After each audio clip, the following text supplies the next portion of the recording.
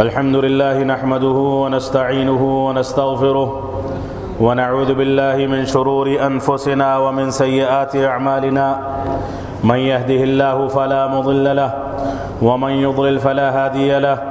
وأشهد أن لا إله إلا الله وحده لا شريك له وأشهد أن محمدا عبده ورسوله أما بعد فإن خير الحديث كتاب الله وخير الهدي هدي محمد صلى الله عليه وسلم وشر الأمور محدثاتها وكل محدثة بدعة وكل بدعة ضلالة وكل ضلالة في النار. فأعوذ بالله السميع العليم من الشيطان الرجيم. بسم الله الرحمن الرحيم. إنما يعمر مساجد الله من آمن بالله واليوم الآخر وأقام الصلاة وآتى الزكاة ولم يخش إلا الله فعسى أولئك أن يكونوا من المهتدين. وقال الله تبارك وتعالى وأن المساجد لله فلا تدعوا مع الله أحدا. محترم سامعین کرام، بزرگان دین، نوجوانان ملت اسلامیہ اور خواتین اسلام، اللہ رب العالمین کے فضل و کرم اور اس کے احسانات کے نتیجے میں عید الاضحیٰ کا تہوار، جو کہ قربانی، ایثار و قربانی کے اثبات اور اسی طرح سے اس جذبے کو پیش کرنے کا تہوار تھا کہ مسلمان اللہ رب العالمین کے راستے میں ساری کی ساری چیزوں کو قربان کر سکتا ہے. ہم نے کتنا اخلاص پیدا کیا، اللہ رب العالمین کے لیے کتنی نیک نیتی سے جانور قربان کیے اور کس انداز سے جانوروں کا استعمال کیا، یہ ہم میں سے مختلف افراد کی مختلف نیات پر منحصر ہے. اللہ رب العالمین ہم کو آئندہ تمام کے تمام اعمال کو اخلاص کے ساتھ اور اپنی رضامندی کے لیے انجام دینے کی توفیق عطا فرمائے. مسلسل کئی جمعوں سے کچھ احباب کا یہ اصرار تھا کہ مساجد کے آداب اور مساجد کے مقام اور مساجد کی عظمت سے متعلق کچھ گفتگو کی جائے.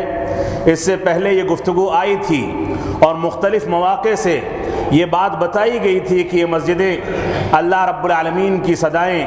قال اللہ اور قال الرسول کی صداؤں کو بلند کرنے کی جگہ ہیں. یہ مسجدیں اللہ رب العالمین کی نظر میں روئے زمین کی وہ پاکیزہ سرزمین ہے جس کو اللہ رب العالمین پسند فرماتا ہے. اللہ کے رسول صلی اللہ علیہ وسلم نے فرمایا احب البلاد الی اللہ مساجدها، کہ اللہ رب العالمین کے نزدیک سب سے زیادہ پسندیدہ سرزمین اور سب سے زیادہ سرزمین کا پسندیدہ ٹکڑا یہ اللہ رب العالمین کی مسجدیں ہیں. یہ مسجدیں اللہ کے رسول صلی اللہ علیہ وسلم کے دور میں دیکھ لیں، رسول اکرم صلی اللہ علیہ وسلم کے عہد مبارک سے پہلے جو انبیاء کرام کا سلسلہ چلا، ان کے ساتھیوں نے اپنی عبادات کے لیے، عبادات کو انجام دینے کے لیے، اللہ رب العالمین کے آگے سجدہ ریز ہونے کے لیے، اللہ رب العالمین کو یاد کرنے کے لیے، اللہ رب العالمین کے کلمے کی عظمت بیان کرنے کے لیے جو بھی جگہیں اللہ رب العالمین کے لیے خاص کی گئیں، اللہ کے سجدے کے لیے خاص کی گئیں، اللہ کی پاکیزگی بیان کرنے کے لیے خاص کی گئیں، ان جگہوں کو اللہ رب العالمین نے مسجد قرار دیا، سجدہ گاہ قرار دیا. اللہ رب العالمین نے اور رسول اکرم صلی اللہ علیہ وسلم نے ان جگہوں کو مسلمانوں کو یہ حکم دیا کہ ان جگہوں کا احترام کیا جائے. اور یہی اتنا نہیں ہے، ماضی کی تاریخ آپ دیکھ لیں، مسجد اقصیٰ کی تاریخ دیکھ لیں، مسجد حرام کی تاریخ دیکھ لیں، مسجد نبوی کی تاریخ دیکھ لیں، دوسری مساجد کی تاریخ دیکھ لیں، مسجد قباء ہو یا اس کے بعد رسول اکرم صلی اللہ علیہ وسلم نے جو بھی مساجد تعمیر کی، صحابہ کرام نے جو بھی مساجد تعمیر کی، پہلے کے دور میں رسول اکرم صلی اللہ علیہ وسلم کے عہد مبارک سے پہلے صحابہ کرام ان انبیاء کرام کے ساتھی اور انبیاء کرام جو مبعوث کیے گئے، ان لوگوں نے اللہ رب العالمین کی عبادت کے لیے جگہیں خاص کی. اور اسی طرح سے اللہ رب العالمین کی پاکیزگی بیان کرنے کے لیے ان لوگوں نے مساجد کو تعمیر کیا، لیکن سونے پہ سہاگا یہ ہوا کہ رسول اکرم صلی اللہ علیہ وسلم کے عہد مبارک میں اللہ رب العالمین نے رسول اکرم صلی اللہ علیہ وسلم کے لیے مساجد کا دائرہ اتنا وسیع کر دیا کہ اللہ کے نبی صلی اللہ علیہ وسلم فرماتے ہیں جعلت لی الارض مسجدا وطہورا، کہ میرے لیے اس سرزمین کو پاکیزہ بنایا گیا ہے۔ یہ سرزمین پوری کی پوری اتنی پاک رکھی گئی ہے کہ جہاں انسان کے لیے نماز کا وقت ہوتا ہے وہاں پاکیزگی اختیار کر کے، وضو کر کے، تیمم کر کے وہ اللہ رب العالمین کے لیے سجدہ ریز ہو سکتا ہے۔ پوری کی پوری روئے زمین اللہ رب العالمین نے رسول اکرم صلی اللہ علیہ وسلم کے لیے پاکیزہ رکھی۔ یہ اللہ کے نبی صلی اللہ علیہ وسلم کی جو خصوصیات تھیں، جو خوبیاں تھیں، جو امتیازات تھے، دوسرے انبیاء کرام پر اللہ رب العالمین نے جس انداز سے آپ کو امتیازات عطا فرمائے، ان میں سے ایک امتیاز اور خصوصیت یہ بھی تھی کہ آپ کے لیے روئے زمین کے تمام ٹکڑوں کو، پوری کی پورے روئے زمین کو اللہ رب العالمین کے سجدہ کرنے کی جگہ بنا دی گئی۔ تو مسلمانوں کے لیے نماز کی پابندی کرنا، اللہ رب العالمین کو یاد کرنا، اللہ رب العالمین کی عظمت بیان کرنا، اذانوں کی صداؤں کو بلند کرنا، اقامت کہنا، یا اللہ رب العالمین کو یاد کرنا، یہ مسلمانوں کے لیے اتنا آسان کام ہے کہ مسلمان جہاں چل رہا ہے، فضاؤں میں ہو، ہواؤں میں ہو، ٹرینوں میں ہو، بسوں میں ہو، گاڑیوں میں ہو، پیدل سفر کر رہا ہو، سواریوں پر ہو، کہیں بھی ہو، رسول اکرم صلی اللہ علیہ وسلم نے ہر جگہ کے لیے نمازیں ادا کرنے کے احکام و مسائل کا تذکرہ فرمایا ہے۔ اللہ کے نبی صلی اللہ علیہ وسلم کے لیے یہ بھی خوبی رکھی گئی کہ اگر پانی نہ ملے تو ایسی صورت میں صرف اپنی ہتھیلیوں تک اور اپنے چہرے کو مٹی کے ذریعے سے ایک مرتبہ پاکیزہ کر لیا جائے اور تیمم کر کے انسان آرام کے ساتھ نمازیں ادا کر سکتا ہے، لیکن راہ فرار نہیں رکھی گئی، اس بات کی گنجائش نہیں رکھی گئی کہ کوئی مسلمان ہو اور اس کا ذہن و دماغ حاضر ہے، کوئی مسلمان ہے وہ عقل و شعور رکھتا ہے، بالغ ہو چکا ہے، تو اس کے لیے نماز کو چھوڑنے کی گنجائش رکھی گئی ہو، سوائے ان خواتین کے جو خواتین صحیح سالم تو ہیں لیکن ناپاکی کے ایام سے گزرتی ہیں، تو اللہ رب العالمین نے ان کے لیے نمازوں کو معاف رکھا ہے۔ تو یہ نمازیں ادا کرنے کے لیے رسول اکرم صلی اللہ علیہ وسلم کے دائرے کو اتنا وسیع کیا گیا کہ مسلمان ساری کی ساری دنیا کو سجدہ گاہ بنا دے، جہاں ہو وہیں مصلی بچھے، جہاں ہو وہیں پر نماز ادا کرے، لوگوں کے آنے جانے، آمد و رفت، لوگوں کی تکلیفوں کا لحاظ ضرور کیا جائے۔ ایسا نہ ہو کہ راستہ بند کر کے نمازیں ادا کی جائیں، ایسا نہ ہو کہ دوسروں کے لیے تنگیاں پیدا کر کے نمازیں ادا کی جائیں، لیکن نمازوں کو چھوڑنے کی گنجائش اسلام میں نہیں ہے۔ ان مسجدوں کو اللہ رب العالمین نے روئے زمین کا پاکیزہ ترین بقعہ بنایا، پاکیزہ ترین ٹکڑا بنایا، اور ان کے بارے میں رسول اکرم صلی اللہ علیہ وسلم کو حکم دیا گیا کہ ان مسجدوں کو آباد کیا جائے، ان مسجدوں کو پاکیزہ رکھا جائے، ان مسجدوں میں جو لوگ آتے جاتے ہیں ان کے معیار کا خیال کر کے آرام و آسائش کا خیال کیا جائے، یہ مسجدیں خوبصورت سے خوبصورت بنائی جائیں۔ ایسا نہ ہو کہ لوگ اپنے مکانات کو، اپنی رہائشوں کو تو اعلیٰ پیمانے کا بنائیں، لیکن مسجدوں میں خود وہ گوارا نہ کریں کہ مسجدوں میں آ کر کے وہ نمازیں ادا کریں، ان کو کراہت محسوس ہو۔ مسجدوں کے مستقل احکام و مسائل ہیں، مسجدوں میں اس انداز کی چیزوں کو کھاڑ کر آنے جانے سے منع کیا گیا جن کے نتیجے میں انسان کے منہ سے بدبو پیدا ہو اور دوسرے مصلیوں کو یا اسی طرح سے فرشتوں کو تکلیف محسوس ہو۔ مسجدوں کو پاکیزہ رکھنے کے لیے مستقل احکام و مسائل شریعت اسلامیہ میں ذکر کیے گئے۔ یہ مسجدیں وہ پارلیمنٹ ہیں جو رسول اکرم صلی اللہ علیہ وسلم کے دور میں فیصلوں کے لیے استعمال کی جاتی تھی۔ اللہ کے نبی صلی اللہ علیہ وسلم کے عہد مبارک میں جو اس دور کی سب سے بڑی طاقت تھی، رسول اکرم صلی اللہ علیہ وسلم جو اس دور کی سب سے بڑی طاقت اور سپر پاور کے سب سے بڑے کمانڈر تھے، سب سے بڑے قائد اعظم تھے، نبی آخر الزماں تھے، ان کی یہ صورتحال تھی کہ اپنے مستوی کے لحاظ سے، اپنی حیثیت کے لحاظ سے انہوں نے مسجد نبوی کو کھجور کے پتوں پر اور کھجور کے تنوں پر تعمیر کیا۔ صحابہ کرام ذکر کرتے ہیں کہ جب بارش ہوتی تھی تو پانی سے کیچڑ ہو جایا کرتا تھا، لیکن اس کے باوجود رسول اکرم صلی اللہ علیہ وسلم اپنے گھروں میں نمازیں ادا نہیں کرتے تھے، اسی مسجد میں نمازیں ادا کی جاتی تھی۔ مبارک پیشانی پر مٹی کا نشان ہوتا تھا، مبارک ناک پر مٹی کا نشان ہوتا تھا، دونوں ہاتھ سنجایا کرتے تھے، گھٹنے پر جو کپڑا ہوتا تھا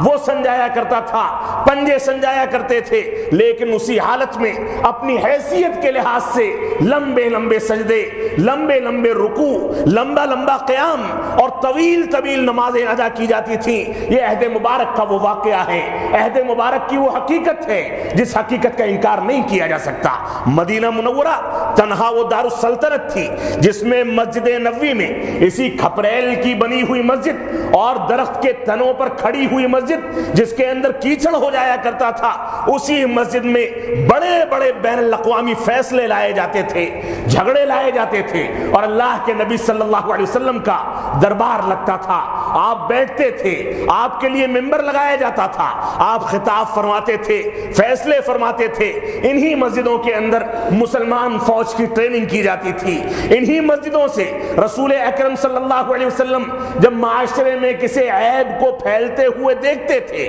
مسلمانوں کی بے راہ روی کا مشاہدہ کرتے تھے، تو انہی مسجدوں میں آپ کا ممبر سجایا جاتا تھا اور آپ فرماتے تھے کہ فلاں فلاں لوگوں کو کیا ہوا ہے کہ وہ شریعت اسلامیہ سے دوری اختیار کرتے ہیں۔ تو یہ مسجدیں ہر لحاظ سے مسلمانوں کا مرکز تھی، لیکن آج کے دور میں مسجدوں کو پنج وقتہ نمازوں کے ساتھ خاص کر دیا گیا، مسجدوں کو بعض واعظوں کے ساتھ خاص کر دیا گیا، مسجدوں کو بعض خطیبوں کے ساتھ خاص کر دیا گیا۔ یہ مسجدیں جتنا ان کا دائرہ محدود ہوتا چلا گیا اتنی ان کی برکتیں ختم ہوتی چلی گئیں۔ آج کے دور میں المیہ تو یہ ہے کہ مسجدیں بنا لیتے ہیں دم بھر میں ایمان کی حرارت والے، لیکن من پرانا پاپی ہوتا ہے، وہ نمازی نہیں بن پاتے، وہ مسجدوں میں حاضری نہیں دے پاتے۔ یہ صورتحال ہے کہ مسجدوں تو عالی شان ہوتی ہیں، کئی کئی فلور کی مسجدیں بنا لی جاتی ہیں، لیکن جب درس دینے کا معاملہ آتا ہے، نماز پڑھانے کا معاملہ آتا ہے،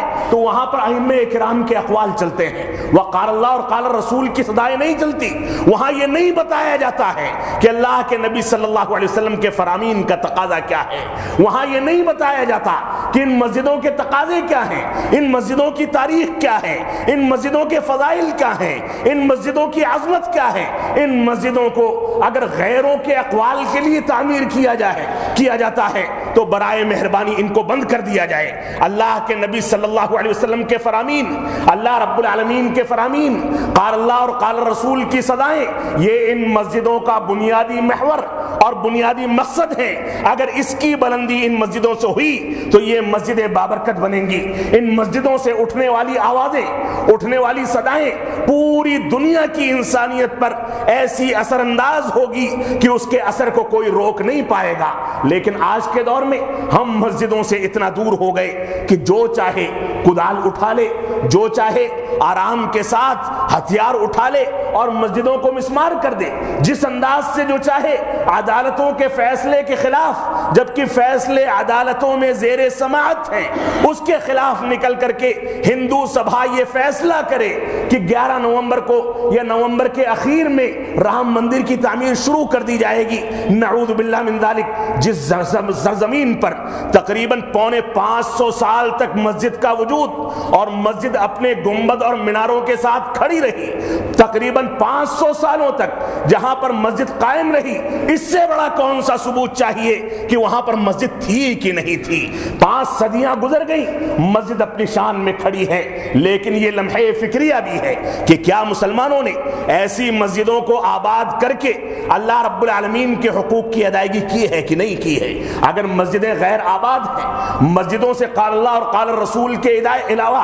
دوسروں کی صدائیں بلند کی جاتی ہیں، ان مسجدوں کو دنیاوی اغراض و مقاصد کے لیے استعمال کیا جاتا ہے، یہ مسجدیں بھی ہمارے پیٹ پالنے کا ذریعہ بن جائیں، یہ مسجدیں بھی دنیا کمانے کا ذریعہ بن جائیں، ان مسجدوں کے ذریعے ہم کو جو نیک نامی ملے وہ نیک نامی ہم دنیا داری کے لیے استعمال کریں۔ اگر اسی لیے مسجدیں ہیں تو برائے مہربانی اپنے مقاصد کو، اپنی نیتوں کو اور اپنے مقاصد اور اپنی پلاننگ کو چینج کر لیا جائے۔ یہ مسجدیں اس طرح سے محفوظ نہیں ہوتی۔ اللہ کے نبی صلی اللہ علیہ وسلم کے دور میں آپ دیکھیں، اللہ کے نبی صلی اللہ علیہ وسلم خانہ کعبہ سے یعنی مکہ مکرمہ سے جب مجبور ہو کر کے ہجرت کر کے مدینہ منورہ تشریف لاتے ہیں تو سب سے پہلے آپ نے جو کام کیا وہ مسجد قباء کی تعمیر تھی۔ آپ کا پڑاؤ ڈالا گیا، مسجد قباء کی تعمیر کی گئی، اور اسی بنیاد پر اللہ رب العالمین نے فرمایا لمسجد اسس علی التقوی من اول یوم،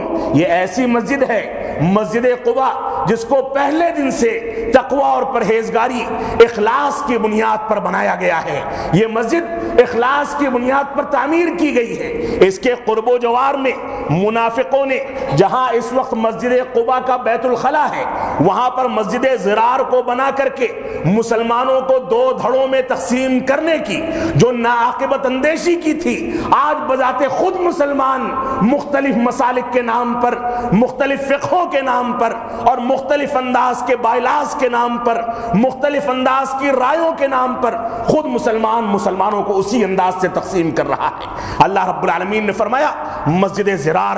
یہ اس کا کوئی معنی اور مفہوم نہیں ہے، یہ فتنہ کھڑا کرنے کے لیے مسلمانوں کے بیچ میں تعمیر کی گئی ہے۔ لیکن مسجد قباء جس کو اللہ کے رسول صلی اللہ علیہ وسلم نے اپنے مدنی دور میں جب آپ کو غلبہ حاصل ہوا، جب آپ نے کفار و مشرکین مکہ کو شکست دینے کے بعد آپ نے باقاعدہ حکومت قائم کرنے کا اعلان کرنے والے تھے، اس کے پہلے سب سے پہلا کام جو کیا گیا وہ مسجد کی تعمیر کا کام تھا۔ یہ اتنا مبارک کام تھا جس مبارک کام کے نتیجے میں خود اللہ رب العالمین نے حکم دیا، ابو داؤد کی روایت ہے، محدثین نے صحیح قرار دیا ہے، اللہ کے نبی صلی اللہ علیہ وسلم فرماتے ہیں کہ جو آدمی اپنے گھر سے پاکی اختیار کر کے مسجد قباء میں جا کر کے نماز ادا کرے تو ایسی صورت میں اس کو ایک عمرے کا ثواب ملتا ہے۔ اس تقوی اور پرہیزگاری کے نتیجے میں اللہ رب العالمین نے یہ عظمت رکھی۔ تو مسجدوں کی تاریخ کوئی معمولی تاریخ نہیں ہے، مسجدیں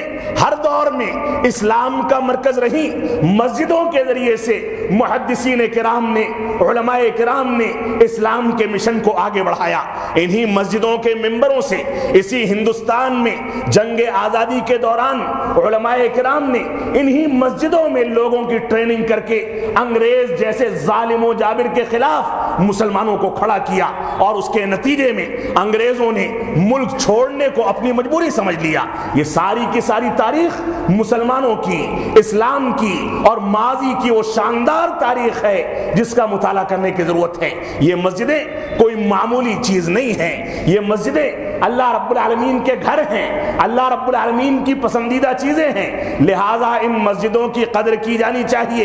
ان کی عظمت کا خیال کیا جانا چاہیے، اور ان مسجدوں کے بارے میں ہم کو صحیح انداز سے فیصلے لینے چاہیے۔ لیکن آج کا دور کیسا دور ہے؟ یہ مسجدیں استنجا خانے بنتے چلے جا رہے ہیں، یہ مسجدیں ہماری آرام گاہیں بنتی چلی جا رہی ہیں۔ آپ دکان میں بیٹھے بیٹھے اکتا گئے، آپ کو استنجا لگا، قضائے حاجت کی ضرورت ہے، تو سب سے آسان ذریعہ یہ ہے کہ مسجدوں کے بیت الخلا کو استعمال کر لیا جائے۔ آپ کو چندہ کرنا ہے، آپ کو بھیک مانگنی ہے، تو سب سے آسان ذریعہ یہ ہے کہ مسجدوں میں آ کر کے اپنی غربت اور مفلسی کا اعلان کر دیا جائے۔ اس کو ایسا رواج بنا دیا گیا ہے کہ دن بھر میں کسی نہ کسی نماز میں کوئی نہ کوئی شخص بڑے آرام کے ساتھ جماعت کے بعد کھڑا ہو جاتا ہے۔ یہ ساری کی ساری چیزیں مساجد کے آداب کے خلاف ہیں۔ آپ لوگوں سے رابطہ بنائیں، باہر جا کر ملیں۔ اسلام اس کو پسند نہیں کرتا کہ مسجدوں کے ماحول کو خراب کیا جائے، مسجدوں میں شور شرابہ کیا جائے، سنتیں پڑھنے والے افراد کے بیچ میں خلل بنا جائے۔ یہ ساری کی ساری چیزیں مساجد کے آداب کے خلاف ہیں۔ اس وجہ سے ہم کو مساجد کے حقوق کی ادائیگی کے لیے سوچنا روکنا ہوگا۔ اور اگر انتظامیہ روکتی ہے دکانداروں کو، انتظامیہ روکتی ہے دکانداروں کو یا کہ وہ آ کر یہاں پر استنجا نہ کریں، یہاں پر آ کر کے مسجد کے آداب کی خلاف ورزی نہ کریں، تو ایسی صورت میں لڑائی جھگڑے بھی ہوتے ہیں۔ خود مسلمان اس کی پامالی کرے، خود مسلمان اس کی حق تلفی کرے، خود اس مسلمان اس کی ناقدری کرے، تو اس سے برے دن کہاں آنے والے ہیں۔ اللہ رب العالمین ہم کو ان مساجد کی قدر کرنے کی توفیق عطا فرمائے۔ تو یہ مساجد بے شمار طریقوں سے مسلمانوں کی تربیت کی جگہیں ہیں، ٹریننگ سینٹر ہیں۔ آپ دیکھیں رسول اکرم صلی اللہ علیہ وسلم کے عہد مبارک میں اللہ کے نبی صلی اللہ علیہ وسلم اپنے نواسوں کو اور اسی طرح سے اپنی نواسیوں کو مسجدوں میں لے کر کے آیا کرتے تھے۔ اس کا اصل بنیادی سبب کیا تھا؟ تاکہ ان چھوٹے چھوٹے معصوم بچوں کو تربیت دی جا سکے۔ خطبہ دیتے تھے، ایک کندھے پر حسن بیٹھے ہیں، دوسرے پر حسین بیٹھے ہیں، آپ نماز ادا کراتے تھے، آپ کی نواسی امامہ آپ کے گود میں ہوا کرتی تھی۔ یہ تربیت کا طریقہ تھا۔ اور آج کے دور میں ہماری خواتین ہماری مسجدوں سے دور ہیں۔ ہمارے فقہا نے فتویٰ دے دیا کہ خواتین مسجدوں میں داخل نہیں ہو سکتی، فتنہ ہو جائے گا، بازاروں کی زینت بنے، فتنہ نہیں ہوتا، درگاہوں پہ جا کر انگلیاں دکھائیں، اپنے ہاتھ کی لکیریں دکھائیں، فتنہ نہیں ہوتا۔ اور بازاروں کے مزاروں پر اور وہاں کے سجادہ نشینوں کے ساتھ نہ جانے کون کون سے کھیل کھیلے جائیں اولاد کے نام پر، اولاد طلبی کے نام پر، تو بے حیائی نہیں ہوتی اور فتنہ نہیں ہوتا۔ لیکن مسجد میں اگر خاتون آ جائے تو فتنہ ہو جاتا ہے۔ بچوں کو مسجدوں میں لایا جائے۔ ایک صاحب تھے، انہوں نے اعتراض کر دیا کہ ان بچوں کو مسجد کیوں لایا جاتا ہے، اور یہ بھی کہنے لگے کہ میں افریقہ سے تعلیم حاصل کر کے آیا ہوں، میں جانتا ہوں کہ مسجد میں بچوں کو نہیں لایا جانا چاہیے۔ تو میں نے کہا کہ معاف فرمائیں گے، میں مدینہ سے تعلیم حاصل کر کے آیا ہوں اور وہی تعلیم میرے لیے کافی ہے، میں افریقہ کی تعلیم کا محتاج نہیں ہوں۔ ان بچوں کو مسجدوں میں لانے کا حکم اللہ کے رسول صلی اللہ علیہ وسلم دے۔ اللہ کے رسول صلی اللہ علیہ وسلم اپنے کندھوں پر بیٹھا کر کے بچوں کی تربیت کریں اور ہم بچوں کو چھانٹ کر کے مسجد سے باہر کر دیں، یہ کون سا انصاف ہے؟ یہ تربیت اگر بچوں کی ان مسجدوں کے ذریعے سے کی گئی تو یہی بچے آگے چل کے سچے مسلمان بنیں گے۔ لیکن ان بچوں کو نہ مسجدوں کا منہ دکھایا جاتا ہے، نہ خطبوں میں بیٹھایا جاتا ہے۔ ہمارے مسلم اسکولوں کی ٹائمنگ جو ہے وہ یہ ہے کہ بچوں کو جمعے کی نماز نہ مل سکے، بچے جمعے میں نہ پہنچ سکے، نہ اسکول میں انتظام کیا جائے کہ وہاں جمعہ پڑھایا جائے، نہ بسوں کی ٹائمنگ ایسی کی جائے کہ بچے اپنے اپنے گھروں کے قریب کی مسجدوں میں پہنچ سکے۔ تو ایسی صورت میں ہمارا کیا انجام ہونے والا ہے، ہم کو خود سوچنا چاہیے۔ تو یہ مسجدیں بلا شبہ ان خواتین کی تربیت گاہیں ہیں، ان بچوں کی تربیت گاہیں ہیں۔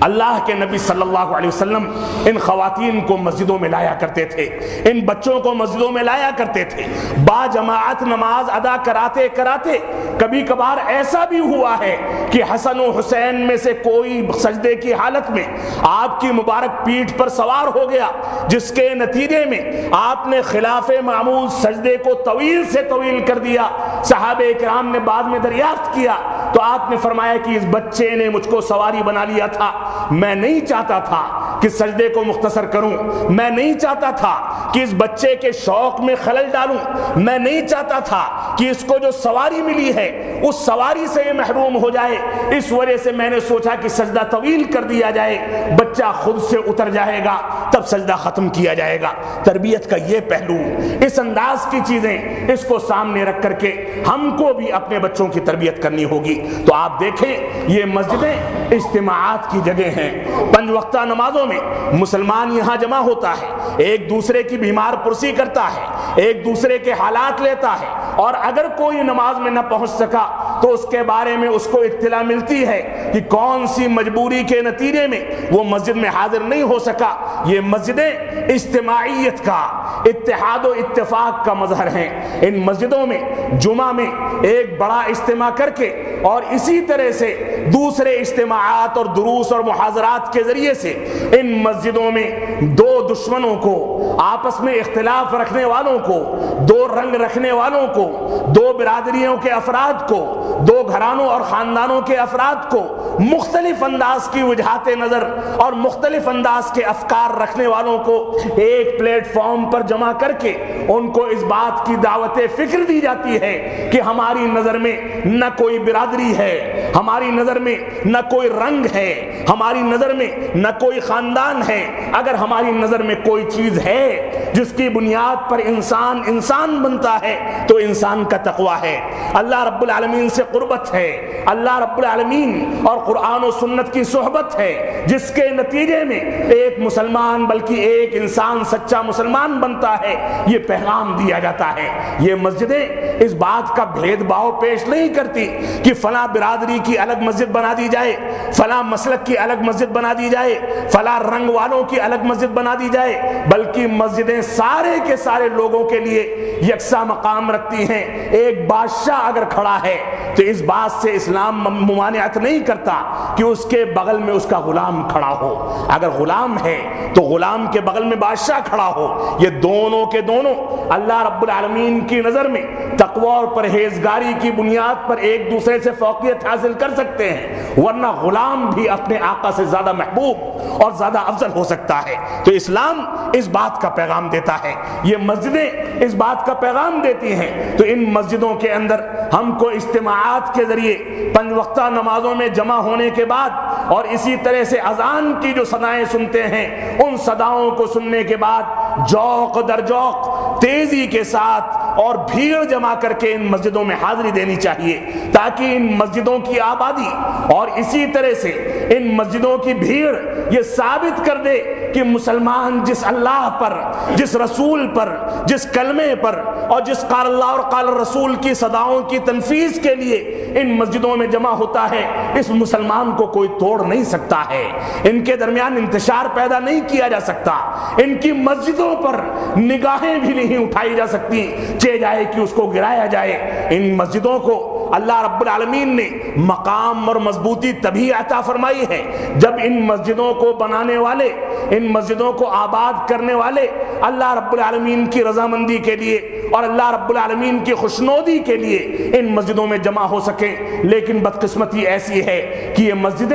مسجدوں سے زیادہ آج مزارات آباد ہیں۔ مسجدوں میں سجدے ہونے چاہیے تھے، قبروں پر سجدے ہونے لگے، مسجدوں میں رکوع ہونا چاہیے تھا، قبروں پر رکوع ہونے لگا، مسجدوں میں اللہ رب العالمین کو یاد کیا جانا چاہیے تھا، قبروں پر وسیلے کے نام سے اللہ رب العالمین کی عبادت کی جانے لگی، جبکہ اللہ رب العالمین نے اور رسول اکرم صلی اللہ علیہ وسلم نے ان قبروں کو پکا بنانے سے، ایک بارش سے زیادہ اونچا کرنے سے، ان پر چونا گٹ کرنے سے، ان پر روشنی کرنے سے، ان پر بیٹھنے سے، ان پر تعمیرات کرنے سے، ان پر تلاوت کرنے سے، ان پر ایسے کتبے لگانے سے اللہ کے نبی صلی اللہ علیہ وسلم نے سختی کے ساتھ منع کیا ہے۔ جن پر کوئی چیز لکھ دی جائے، چاہے آیت ہو، چاہے کسی کا نام ہو، یہ ساری کی ساری چیزیں شریعت اسلامیہ میں منع کی گئی ہیں، یہ ساری کی ساری چیزیں حرام ہیں۔ لیکن مسلمانوں کی زندگی ان کی پیدائش سے لے کر کے قبرستانوں تک صرف شرک اور بدعات کے نظر ہو گئی ہے۔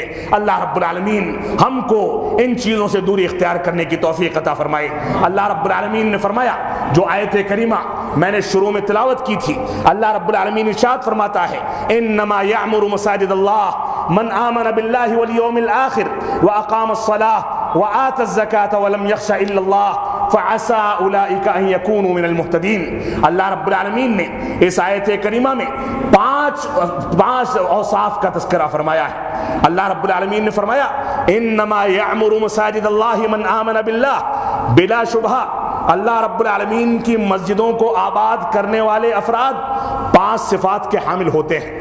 5 چیزیں ان کے اندر پائی جاتی ہیں۔ جو لوگ آباد کرتے ہیں مسجدوں کو تعمیر کرتے ہیں، مسجدوں میں جماعت کا قیام کرتے ہیں، مسجدوں میں اذان کا قیام کرتے ہیں، مسجدوں میں قال اللہ اور قال الرسول کے مطابق اپنی عبادات کو انجام دیتے ہیں، مسجدوں کے اندر ان کے ہاں انتشار اور اختلاف نہیں ہوتا، بلکہ قرآن و سنت کے مطابق ان کی عبادتیں ہوتی ہیں، قرآن و سنت کے مطابق ان کی دعائیں ہوتی ہیں، قرآن و سنت کے مطابق ان کی مساجد ہوتی ہیں، ساری کی ساری چیزوں میں قرآن و سنت کا لحاظ کرتے ہیں۔ اللہ رب العالمین نے فرمایا اس طرح سے مسجدوں کو آباد کرنے والے 5 صفات کے حامل ہوتے ہیں۔ من آمن باللہ، پہلی صفت یہ ہے کہ وہ لوگ اللہ رب العالمین پر ایمان رکھتے ہیں، اللہ کے علاوہ نہ کسی کو توحید ربوبیت میں، نہ الوہیت میں، نہ اسماء و صفات میں اللہ رب العالمین کے ساتھ کسی کو شریک نہیں ٹھہراتے۔ ان کا سجدہ ہوتا ہے،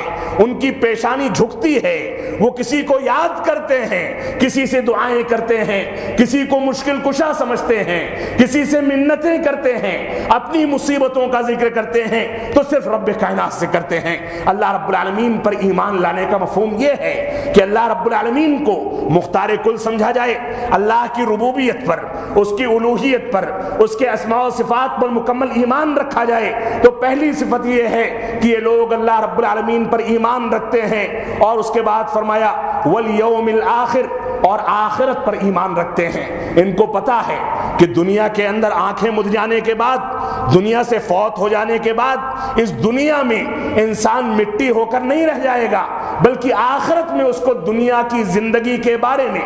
دنیا کے اعمال کے بارے میں جو کچھ اس نے انجام دیا ہے اس کو قبر کی پہلی ہی منزل سے اس کے بارے میں جواب دینا ہوگا، اور آخرت میں اس سے سوالات کیے جائیں گے۔ اس کا نام اعمال اس کے سامنے پیش کیا جائے گا، اس سے سوالات کیے جائیں گے۔ اگر وہ نیک ہوگا تو جنتی ہے، اور بدکار ہوگا تو جہنمی ہے، اور بدعتی اور مشرک ہوگا تو ایسی صورت میں اللہ کے نبی صلی اللہ علیہ وسلم اس سے برات کا اظہار کریں گے۔ مشرک ہوگا تو ہمیشہ ہمیشہ جہنم میں رہے گا، اور بدعتی ہوگا تو اس سے برات کا اظہار کیا جائے گا۔ یہ اللہ رب العالمین نے یوم آخرت کے بارے میں جو بھی چیزیں قرآن و سنت میں وارد ہوئی ہیں ان چیزوں پر ایمان رکھتے ہیں۔ تو اللہ رب العالمین نے فرمایا پہلی صفت ان کی یہ ہے کہ اللہ رب العالمین پر ایمان رکھتے ہیں، دوسری صفت یہ ہے کہ یوم آخرت پر ایمان رکھتے ہیں، تیسری صفت یہ ہے کہ وہ اقامت صلاۃ کا اہتمام کرتے ہیں، نمازیں قائم کرتے ہیں،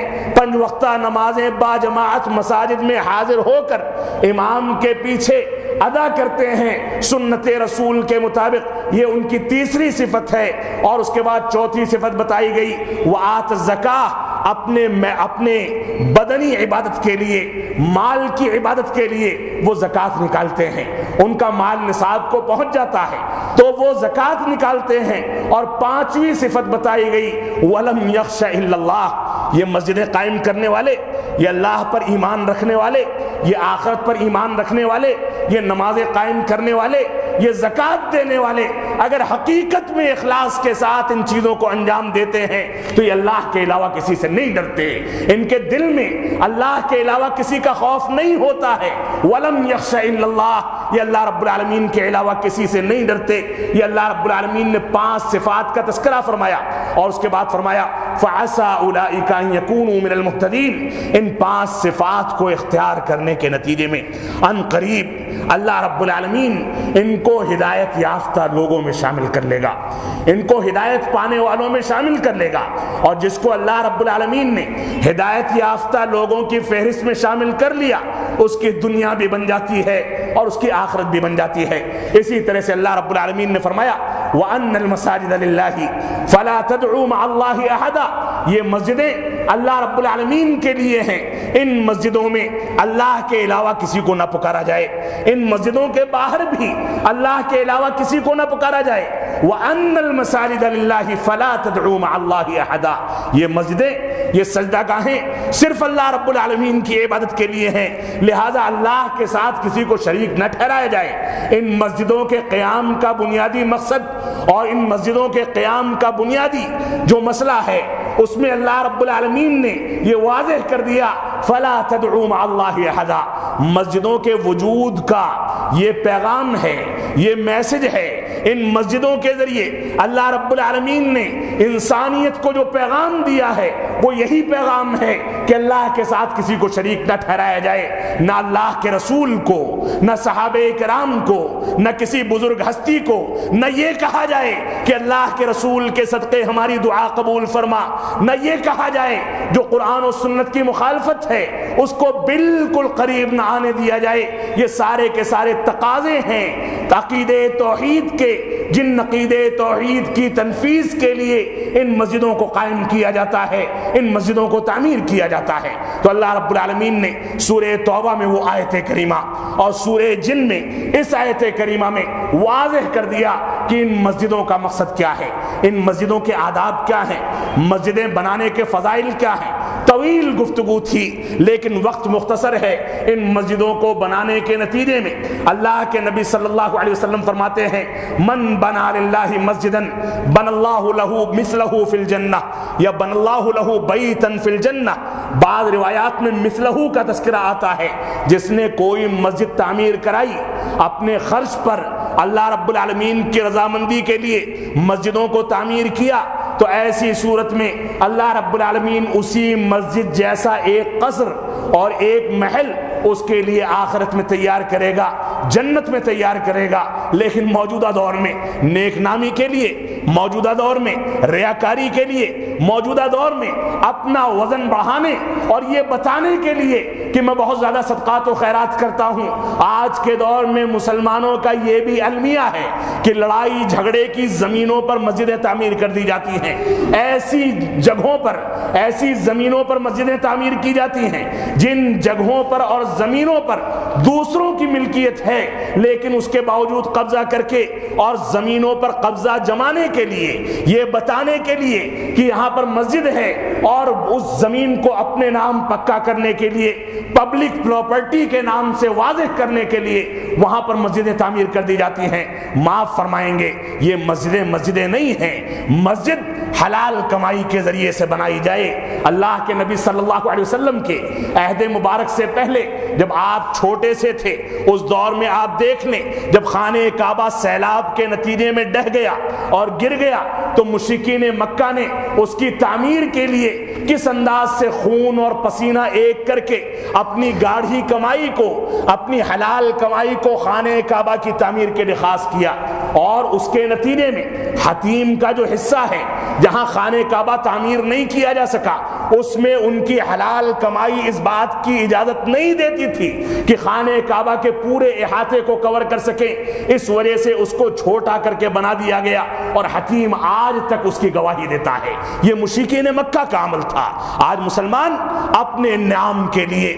ریا و نمود کے لیے، دوسروں کی زمینوں پر قبضہ کرنے کے لیے اور نہ جانے کون کون سے مقاصد کے لیے دو اینٹ کی مسجدیں کھڑا کر کے مسجد کا متولی بن جاتا ہے، اور اس کے بعد یہ باور کراتا ہے کہ اس نے دنیا کے اندر بہت نیک کام کر دیے۔ معاف فرمائیں گے، یہ گورکھ دھندا بند کیا جانا چاہیے۔ مسجدوں کو جائز تعمیر کے ذریعے بنایا جائے، رجسٹریشن کے بعد بنایا جائے، اور اس کے بعد جب حکومت اس پر کارروائی کرتی ہے اور اس کو گرایا جاتا ہے، کیونکہ دوسرے کی پراپرٹی ہے تو ہم بلکتے ہیں اور چیختے ہیں کہ مسجدوں کو گرایا جاتا ہے۔ ان ساری کی ساری نزاکتوں کا خیال کرنا یہ ہماری ذمہ داری ہے۔ اس وجہ سے اگر حلال کمائی سے کسی نے مسجد تعمیر کی ہے تو اسی کے جیسا قصر اور پیلس انسان کو جنت میں بنا کر کے دیا جائے گا۔ یہ اللہ کے نبی صلی اللہ علیہ وسلم کی بشارت ہے۔ مساجد کے آداب میں سے ایک ادب یہ ہے کہ مسجد کی صفائی کا پورا خیال کیا جائے، کیونکہ اللہ کے نبی صلی اللہ علیہ وسلم نے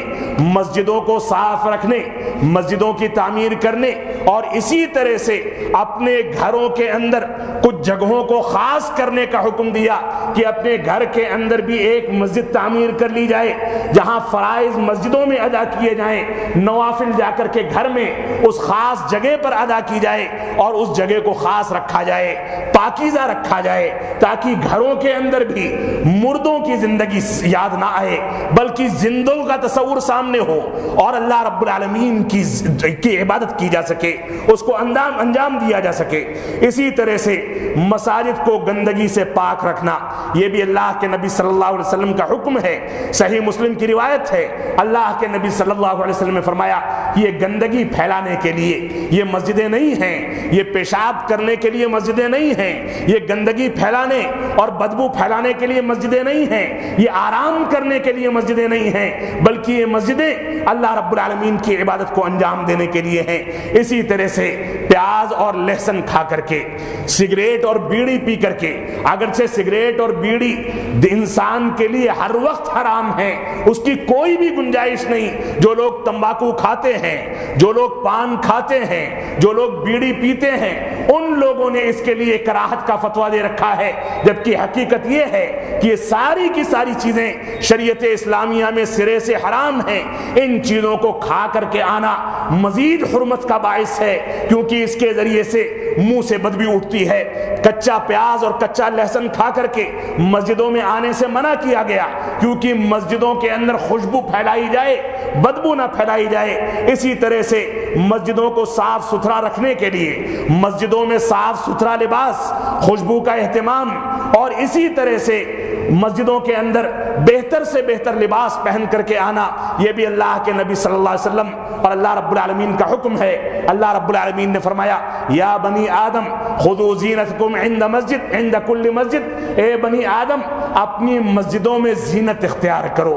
بہتر طریقے سے جاؤ۔ اسی طرح سے مسجدوں میں داخل ہوتے وقت اور نکلتے وقت مسجدوں کی جو دعائیں ہیں ان دعاؤں کا اہتمام کرنا، جو ابو داؤد کی روایت سے ثابت ہے کہ داہنا پیر پہلے مسجد میں رکھا جائے اور نکلتے وقت بایاں پیر نکالا جائے، تحیۃ المسجد پڑھنے کا اہتمام کیا جائے۔ جب بھی انسان مسجد میں داخل ہو اور باجماعت نماز ادا نہیں کی جا رہی ہے تو ایسی صورت میں اس کے لیے تاکیدی حکم ہے کہ 2 رکعت تحیۃ المسجد پڑھ ہی کر بیٹھے، لیکن درمیان میں اگر جماعت کھڑی ہو جاتی ہے تو اس کو نماز توڑ دینے کا حکم ہے، کیونکہ باجماعت نماز کے وقت میں کوئی دوسری انفرادی نماز یا کوئی دوسری جماعت یہ مسجدوں میں ادا نہیں کی جا سکتی، اس وجہ سے اس کا لحاظ کیا جانا چاہیے۔ ایسے ہی سترے کا اہتمام کرنا مساجد کے آداب میں سے ایک ادب ہے۔ نماز کے آگے سے گزرنے سے گریز کرنا، پرہیز کرنا، یہ بھی مساجد کے آداب میں سے ایک ادب ہے۔